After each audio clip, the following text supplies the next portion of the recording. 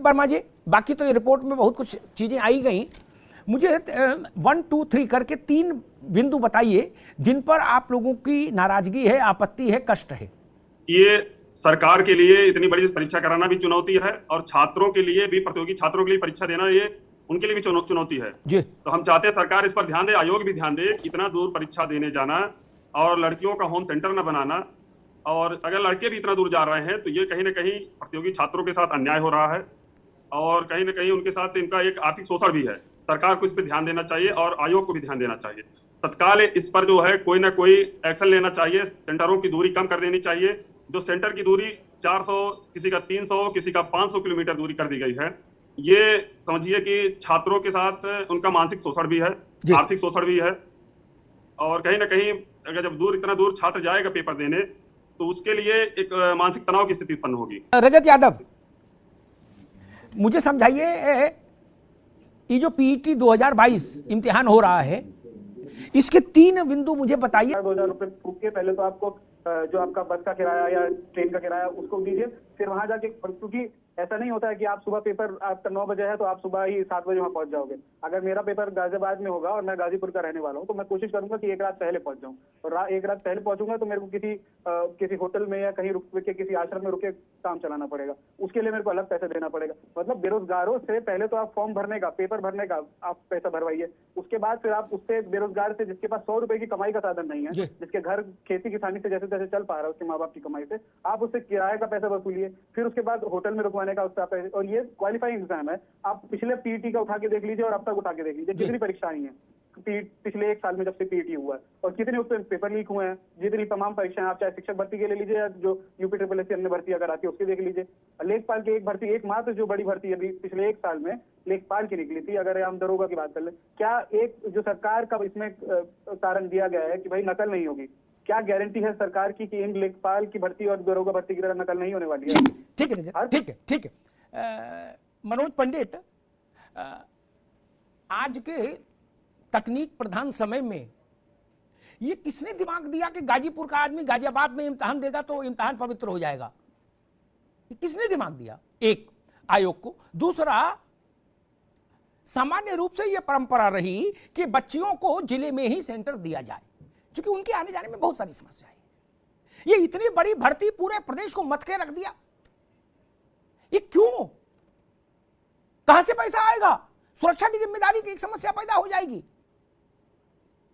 400-500 kilometre पहले जहां इम्तिहान है वहां जाने का मतलब, एक रात, जो ठीक रजत कह रहे, एक रात पहले जाइए, होटल में, धर्मशाला में कहीं रुकिए, सेंटर देख के आइए, तब ना सुबह जाएंगे।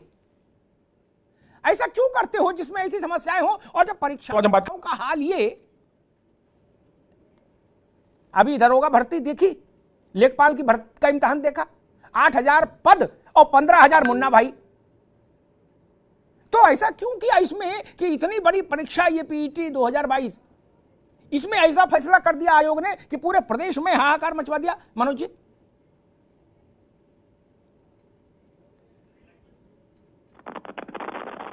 आपने म्यूट कर दिया, शायद आपकी आवाज नहीं आ रही, देखिए जी।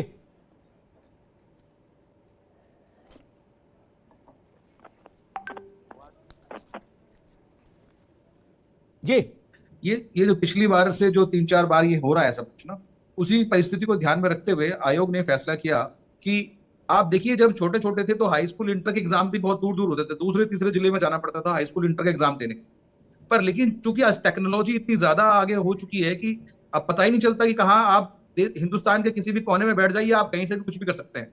तो किसी का ये सारी चीजें देखते हुए कि आयोग ने ये फैसला लिया कि भाई ठीक है, अगर कहीं दूर अगर होगा तो वहां परिचित लोग नहीं होंगे, चीजें नहीं होंगी, और उससे जो है, जो ये परिस्थितियां, जो चीटिंग वाली कहानी और जो मुन्ना भाई जो पैदा हो रहे हैं, शायद उनसे बचा जा सके। क्योंकि देखो, परेशानियां तो होती है। आप देखिए, जब हम लोग एग्जाम देने जाते हैं, बिल्कुल ठीक कह रहे हैं रजत जी की, एक रात पहले जाना पड़ेगा, सेंटर देखना पड़ेगा, वहां पर रोल नंबर कहाँ है, सीट कहाँ है, सब देखनी पड़ेगी। वो सब तो होगा, पर प्रशासन भी बिल्कुल जो व्यवस्थाएं की जा सकती हैं, प्रशासन ने बिल्कुल व्यवस्थाएं की हैं, और किसी को भी जो है असुविधा ना हो सेंटर पे, और सेंटर की सुरक्षा, और वहां पे आसपास जो है जो इलेक्ट्रॉनिक गैजेट्स लोग लगा रहे हैं, और जिसके हिसाब से अभी देखो, पिछली बार अलीगढ़ में क्या हुआ कि इन्हीं लोगों ने पड़ोस वाली बिल्डिंग ले ली किराए पे और सारे तार कॉलेज में डाल के और वहीं से जो है सब करा रहे थे। तो अभी तक चूंकि 15-16 दिन बाकी हैं अभी, और चीजों को और दुरुस्त किया जा सकता है, नहीं, ताकि परीक्षा ये देश के भविष्य से जुड़ा हुआ सिस्टम है। मसला ये नहीं है, मसला ये है जब आपने इतना बड़ा कदम उठाया कि एक पिता की दो बेटी हैं मान लो, ठीक, दोनों ने इसमें भरा फार्म, एक इम्तिहान देगी बनारस में, दूसरी देगी बुलंदशहर में, ठीक, एक के साथ अम्मा जाएंगी, एक के साथ पिताजी जाएंगे, ठीक। जब ऐसा काम आप कर रहे हैं, आयोग कर रहा है, तो आयोग इस बात की गारंटी लेगा कि ये परीक्षा ना अटकेगी, ना भटकेगी, ना लटकेगी, ना इसमें मुन्ना भाई आएंगे, सुन लो, ना मुन्नी बेगम आएंगी, ना इसमें पर्चा आउट होगा, ना इसमें सॉल्वर गैंग घुसेगा, ना इसमें गलत सवाल पूछे जाएंगे, ना इसमें हाईकोर्ट की दखल की गुंजाइश बनेगी। गारंटी लेंगे चेयरमैन। सीट का बंटवारा जो होता है वो अल्फाबेटिकली होता है, वो ऐसे नहीं होता कि जिसका पिताजी का नाम सेम है, माताजी का नाम सेम है, उस हिसाब से जाएगा। अल्फाबेटिकली जो कंप्यूटर डालता है वो अपने आप डिसाइड करता है कि कितने बच्चे कहां जाएं, कितने कहां जाएंगे। आप ऐसा नहीं कर सकते कि इसकी फादर का नाम, मदर का नाम एक है, ठीक। नहीं, आपको जानकारी दुरुस्त करूं, लड़कियों के जो फीमेल अभ्यर्थियां हैं, अभ्यर्थी रहती हैं, उनके लिए एक सामान्य परंपरा हमेशा से रही कि जिले के बाहर उनको सेंटर मत दीजिए। आप समझ गए ना? यह परंपरा क्यों तोड़ी गई? जिम्मेदारी आयोग का चेयरमैन लेगा क्या? या तो इतना नैतिक साहस हो कि खड़े होकर प्रदेश को संबोधित करें चेयरमैन और कहे कि हम जिम्मेदारी लेते हैं, निर्भय होकर इम्तिहान दीजिए, ना अटकेगी, ना भटकेगी, ना लटकेगी। एहसास उनके सिर पर तो लेखपाल भर्ती का भूत सवार है, दरोगा भर्ती का हश्र देखा। इतना आदमी को कॉलर तब ऊंचा करना चाहिए जब उसने पिछले कुछ अच्छे काम करके दिखा दिए हो मनोज भाई। नहीं, जो 2 बार असफल हो गया हो बड़ी परीक्षाएं कराने में आयोग, उसे थोड़ा विनम्र रहना चाहिए। नहीं, बिल्कुल मैं आपकी बात से सहमत हूं, बिल्कुल आप ठीक कह रहे हैं। पर चूंकि आयोग अब ये समस्याएं आई हैं तो इनका जरूर कोई ना कोई समाधान निकाला जाएगा। पर लेकिन जो आप कहते हो एक ही परिवार के 2 बच्चे हैं, तो वो 2 बच्चे तो ऐसे नहीं है, वो टेक्निकली है और वो अल्फाबेटिकली है, वो अपने आप कंप्यूटर डिवाइड कर देता है उसको कहां जाना है कहां नहीं जाना। भैया देखो, हम तो एक ही बात जानते हैं, बस इसलिए कर रहे हैं कि लेकिन वोट कंप्यूटर डिवाइड नहीं करता, ठीक? वोट आदमी मन से देता है, ध्यान रखिए। बाकी सब अच्छी